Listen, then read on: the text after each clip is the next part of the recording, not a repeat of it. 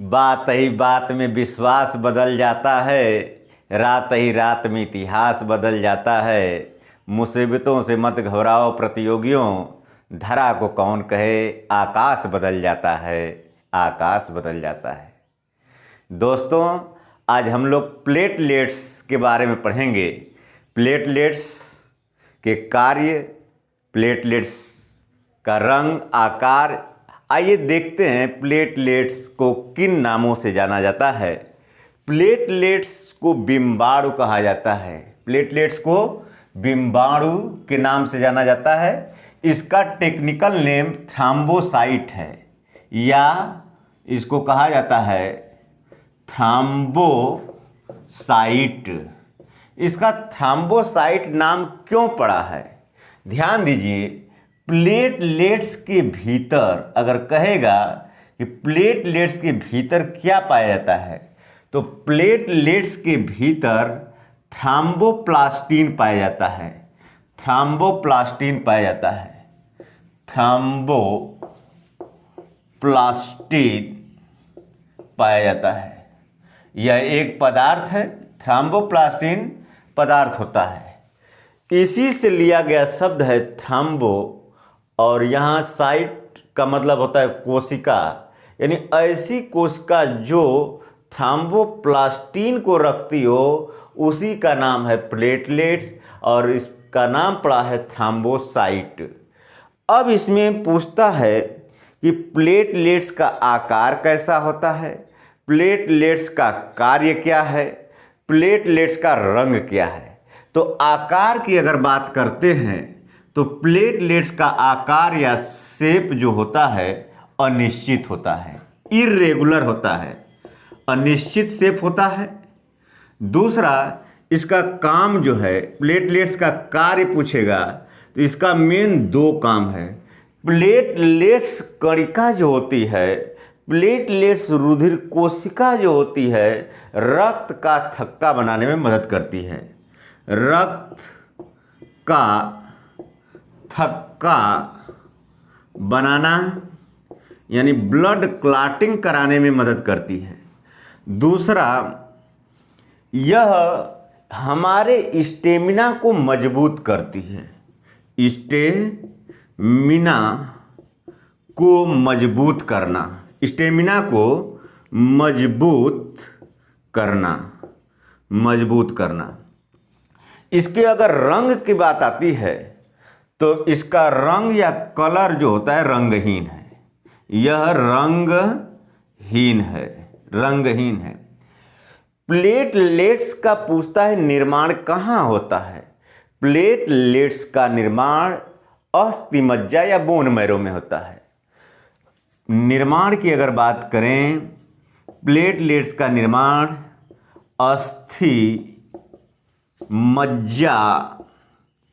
अस्थि मज्जा को बोन मैरो भी कहा जाता है। हड्डियों के बीच में लसलसा गूदे की तरह पदार्थ पाया जाता है, उसी को अस्थि मज्जा कहा जाता है। नेक्स्ट पूछता है इसका औसत जीवन काल कितना होता है, लाइफ स्पान कितना होता है। तो इसका औसत जीवन काल की बात करते हैं। औसत जीवन काल, तो नॉर्मली इसका औसत जीवन काल 4 दिन होता है। एक सामान्य व्यक्ति में, चाहे वह महिला हो चाहे वह पुरुष हो, एक सामान्य व्यक्ति में प्लेटलेट्स की संख्या औसतन 2,50,000 प्रति क्यूबिक एम होती है। यानी इसकी संख्या के बारे में पढ़ें, देखें, संख्या 2,50,000 प्रति क्यूबिक एम होती है। ये नॉर्मली जो है क्वेश्चन प्लेटलेट से उठाता है कि प्लेटलेट्स का आकार किस प्रकार का होता है, अनिश्चित होता है, इर्रेगुलर होता है। प्लेटलेट्स का काम क्या है, रक्त का थक्का बनाना, स्टेमिना को मजबूत करना। इसका रंग कैसा है, यह रंगहीन होती है। इसका औसत जीवन काल 4 दिन होता है। एक सामान्य व्यक्ति में औसतन 2.5 लाख जो है प्लेटलेट्स की संख्या प्रति क्यूबिक mm होती है, मिलीमीटर क्यूब होती है। तो इसका स्क्रीनशॉट ले लीजिए, फिर इसको मिटाते हैं। तो ब्लड क्लॉटिंग, रक्त का थक्का बनना। रक्त का थक्का क्या होता है, ब्लड क्लॉटिंग क्या है? देखिए, कहीं हम लोगों को अगर चोट लग जाती है, मान लीजिए हाथ में कहीं चोट लग गई, तो देखे होंगे कि चोट वाले स्थान से रक्त बहता रहता है कुछ समय तक, 7-8 मिनट तक। इसके बाद इसका बहना बंद हो जाता है और चोट वाले स्थान पर एक पपड़ी पड़ जाती है और उसी पपड़ी को कैस्केडिंग प्रोसेस कहा जाता है और उसी को ब्लड क्लॉटिंग या रक्त का थक्का के नाम से जाना जाता है। ब्लड क्लॉटिंग कैसे होता है, आइए देखते हैं। और ब्लड क्लॉटिंग में कौन सी रुधिर कोशिका भूमिका निभाती है? देखिए, जब हम लोगों को चोट लगता है, जहाँ भी चोट लग जाता है उस स्थान से रक्त बहता है और उस स्थान पर प्लेटलेट्स, प्लाज्मा, WBC, RBC सब मौजूद रहता है। जैसे ही चोट लगी वहाँ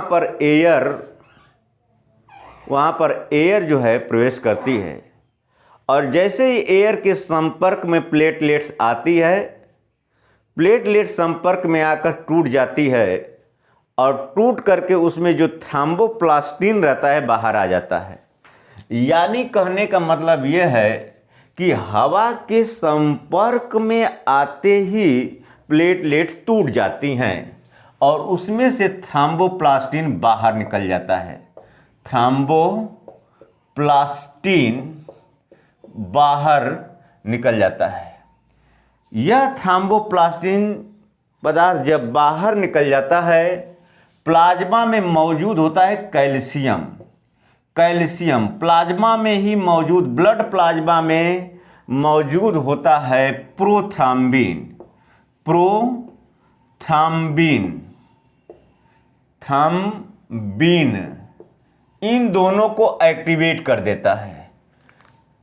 कैल्शियम और प्रोथ्रम्बिन को सक्रिय कर देता है, जिसके कारण से प्रोथ्रम्बिन थ्रम्बिन में परिवर्तित हो जाता है, थ्रम्बिन में कन्वर्ट हो जाता है, यानी यह थ्रम्बिन बन जाता है।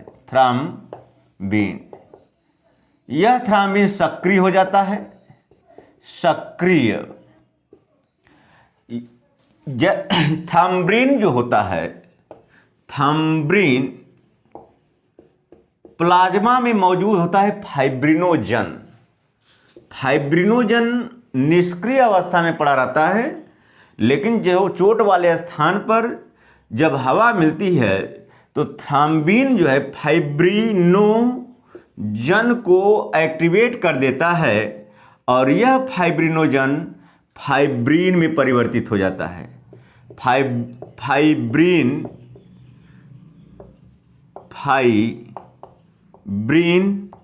में कन्वर्ट हो जाता है और यह फाइब्रिन जो होती है जाल की तरह संरचना होती है, जाल की तरह दिखता है फाइब्रिन।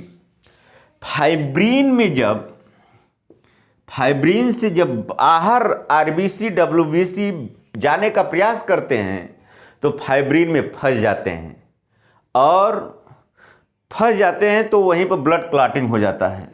जैसे ये फाइब्रिन है, फाइब्रिन इसमें आया, फंस जाएगा RBC WBC यानी वाइट ब्लड कार्पेल्स।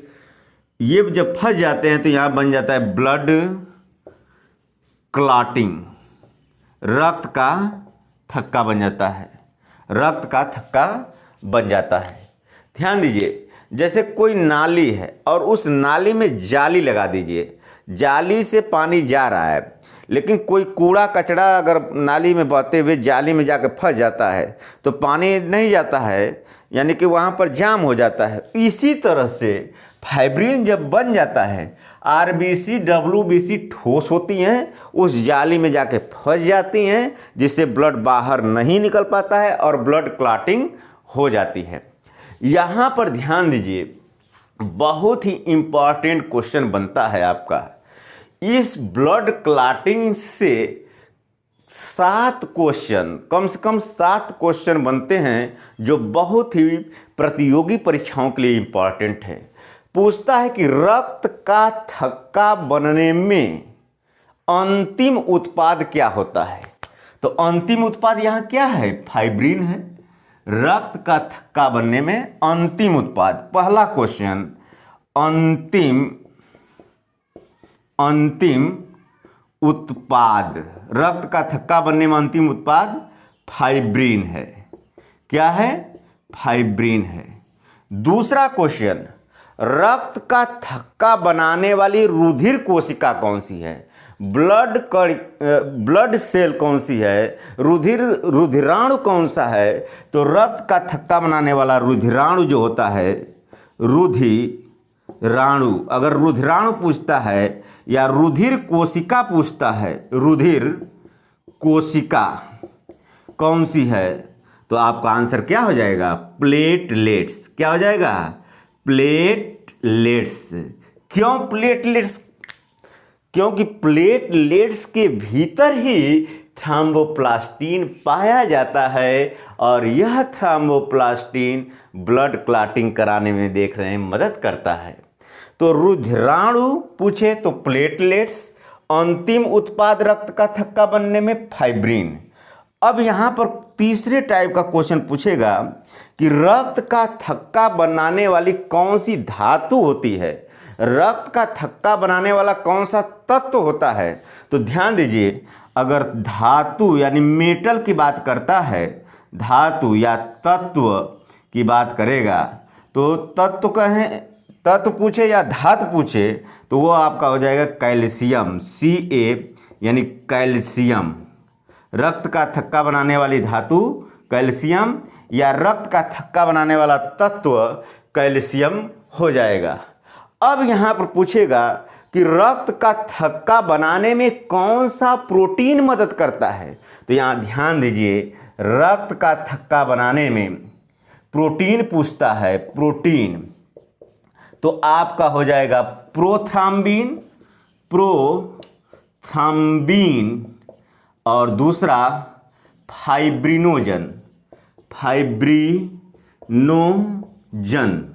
प्रोथ्रम्बिन और फाइब्रिनोजन, ये दोनों ऐसे प्रोटीन हैं जो रक्त का थक्का बनाते हैं। नेक्स्ट क्वेश्चन पूछता है, रक्त का थक्का बनाने वाली कौन सी विटामिन होती है? अगर विटामिन पूछता है कि ब्लड क्लॉटिंग में कौन सा विटामिन मदद करता है, तो रुधिर का थक्का बनाने में विटामिन के मदद करता है, विटामिन के मदद करता है। लेकिन आप कहोगे कि विटामिन के तो इसमें कहीं आया ही नहीं, इस प्रोसेस में विटामिन के कहीं नहीं आया, तो कैसे कहेंगे? देखिए, विटामिन के जो होता है, विटामिन के जो होता है, यह प्रोथ्रम्बिन के निर्माण में मदद करता है, प्रोथ्रम्बिन के निर्माण में मदद करता है, और प्रोथ्रम्बिन रक्त का थक्का बनाने में मदद करता है। और चौथे नेक्स्ट क्वेश्चन पूछता है कि प्रोथ्रम्बिन और फाइब्रिनोजन का निर्माण कहाँ होता है? तो प्रोथ्रम्बिन और फाइब्रिनोजन का निर्माण की अगर बात करते हैं तो इन दोनों का निर्माण लीवर यानी यकृत में होता है। यानी प्रोथ्रम्बिन फाइब्रिनोजन का निर्माण कहाँ होता है? लीवर में होता है। जब लीवर वगैरह के बारे में पढ़ाएंगे तो उसमें बताएंगे निर्माण के बारे में। यानी प्रोथ्रम्बिन फाइब्रिनोजन का निर्माण लीवर में होता है। स्क्रीनशॉट ले लीजिए, फिर आगे प्रोथ्रम्बिन फाइब्रिनोजन का निर्माण लीवर में होता है। एक हिपैरिन होता है, हिपैरिन का भी निर्माण लीवर में होता है। यहाँ देखिए हिपैरिन का क्या काम है। देखिए, रुधिर जब हम लोगों के शरीर के अंदर होता है तो इसको जमना नहीं चाहिए, और रुधिर आपको पता है कि धमनी और शिराओं में बहता है, रुधिर नलिकाओं में बहता है, ब्लड वेसल्स में बहता है, यानी शरीर के अंदर ब्लड रहेगा तो इसको जमना नहीं चाहिए। लेकिन जैसे ही चोट लग जाए तो इसका जमना अति आवश्यक है। अगर नहीं जमेगा तो रुधिर देर तक बहता रहता है, रुधिर बहेगा, शरीर में रक्त की कमी हो जाएगी। तो दो समस्याएं। तो ये आप सोच सकते हैं कि क्या कारण है कि रुधिर जब शरीर के अंदर होता है तो यह जमता नहीं है, और जैसे ही चोट लगती है तो यह जम जाता है। तो यहाँ बहुत ही इंपॉर्टेंट कॉन्सेप्ट देखिएगा, यह हो गई रुधिर वाहिनी, रुधिर वाहिनियाँ, रुधिर वाहिनियाँ, या इसी को ब्लड वेसल्स बोलते हैं। क्या बोलते हैं? Blood vessels. इसके अंतर्गत धमनी और शिरा आता है। और एक आपका ये हो गया चोट, चोट वाला स्थान, चोट वाला स्थान, ध्यान दीजिए। और एक नाम लिख देते हैं प्रोटीन, नाम लिख देते हैं प्रोटीन। देखिए 3 प्रोटीन की इसमें भूमिका मेन है। कौन कौन सी? अब यहां पर 3 प्रोटीन क्या? एक होता है प्रोथ्राम्बिन, अभी आपको पता है प्रोथ्राम्बिन, प्रोथ्राम्बिन। दूसरा जो है आपका फाइब्रिनोजन, फाइब्रिनोजन। और तीसरा प्रोटीन है हिपैरिन, हिपेरिन।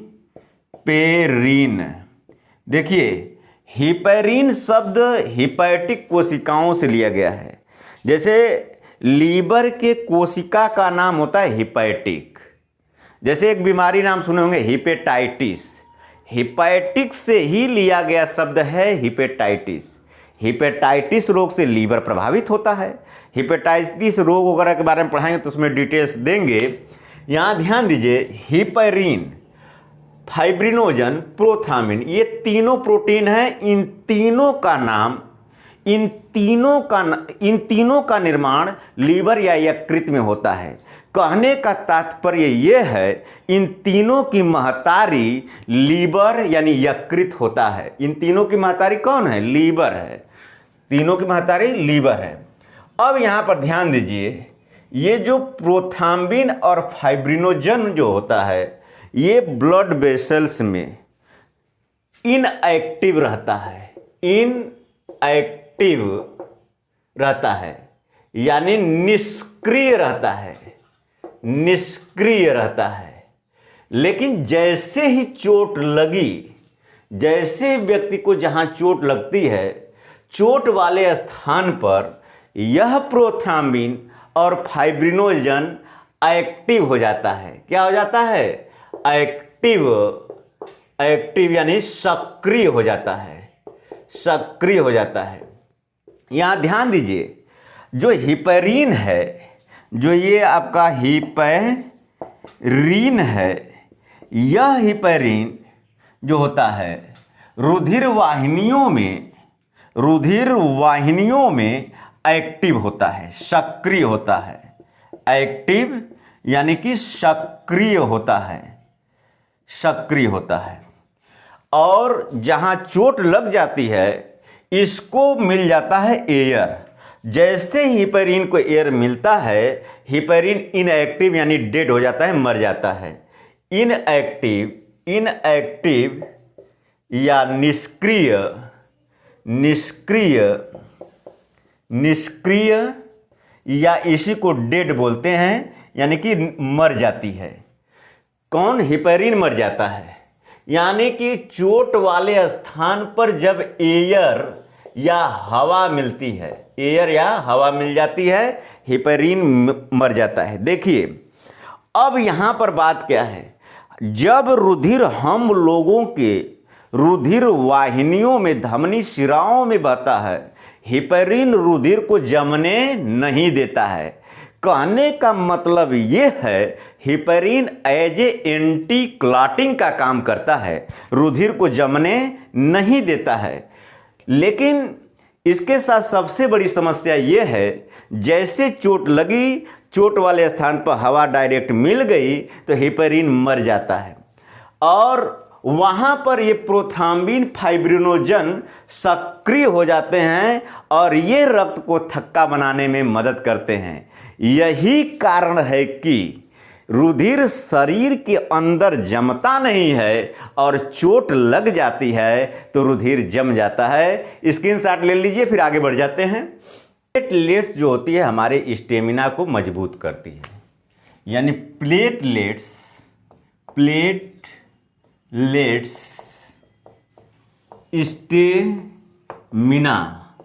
स्टेमिना को मजबूत करती है। स्टेमिना क्या है ये समझते हैं।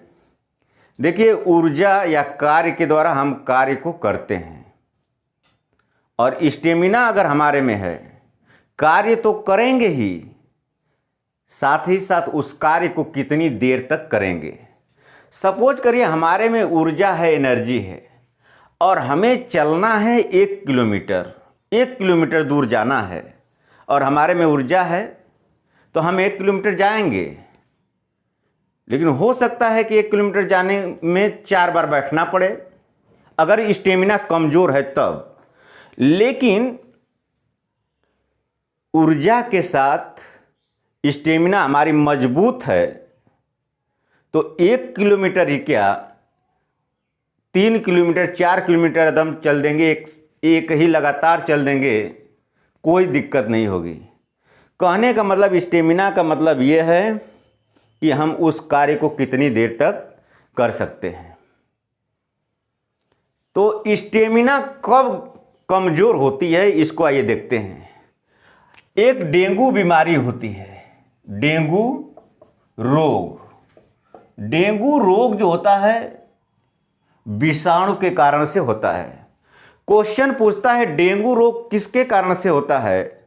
डेंगू रोग वायरस के कारण से, विषाणु के कारण से होता है। डेंगू रोग विषाणु के कारण से होता है, वायरस के कारण से होता है। इस रोग का पूछता है वाहक कौन सा होता है, तो डेंगू रोग का वाहक पूछता है, वाहक या वेक्टर पूछता है। तो इस रोग का वाहक जो होता है एडीज इजिप्ट मच्छर होता है। यह मच्छर जो है विषाणुओं को संक्रमित व्यक्ति से स्वस्थ व्यक्ति में ले जाने का काम करता है, यानी ये पहुंचाने का केवल काम करता है एडीज इजिप्ट मच्छर। तो पढ़े होंगे कि मच्छर के काटने से डेंगू रोग होता है, लेकिन वास्तव में डेंगू रोग विषाणु के कारण से होता है। वाहक का काम एडीज इजिप्ट मच्छर कर देता है। डेंगू रोग से प्लेटलेट्स में तेजी के साथ गिरावट आती है, यानी इस रोग में प्लेटलेट्स में गिरावट, प्लेटलेट्स में गिरावट आती है। यहाँ तक कि अगर डेंगू हो गया खतरनाक तो समझ लीजिए एक दिन में 20-20 हज़ार प्लेटलेट्स गिरती हैं। एक दिन में कितने? 20,000, 30,000 तक गिर जाती हैं प्लेटलेट्स में। इतना तेजी के साथ गिरावट आता है।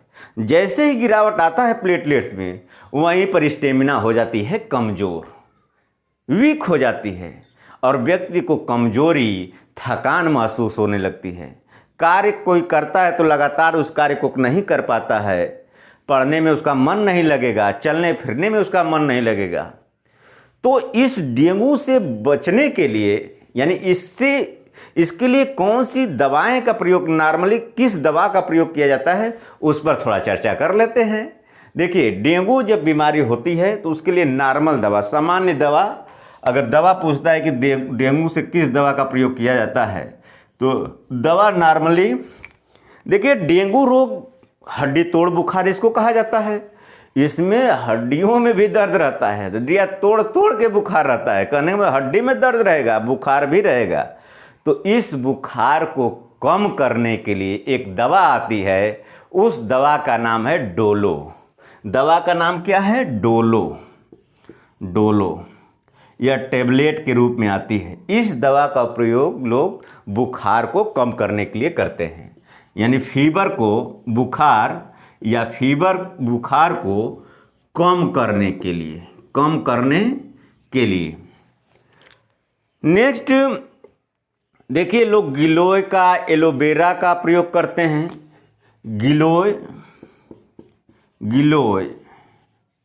एलोवेरा ये पतंजलि वगैरह की दुकान पर मिल जाएगा, लिक्विड फॉर्म में वगैरह में होता है। गिलोय एलोवेरा ये जो है प्लेटलेट्स को गिरने से रोकता है। प्लेटलेट्स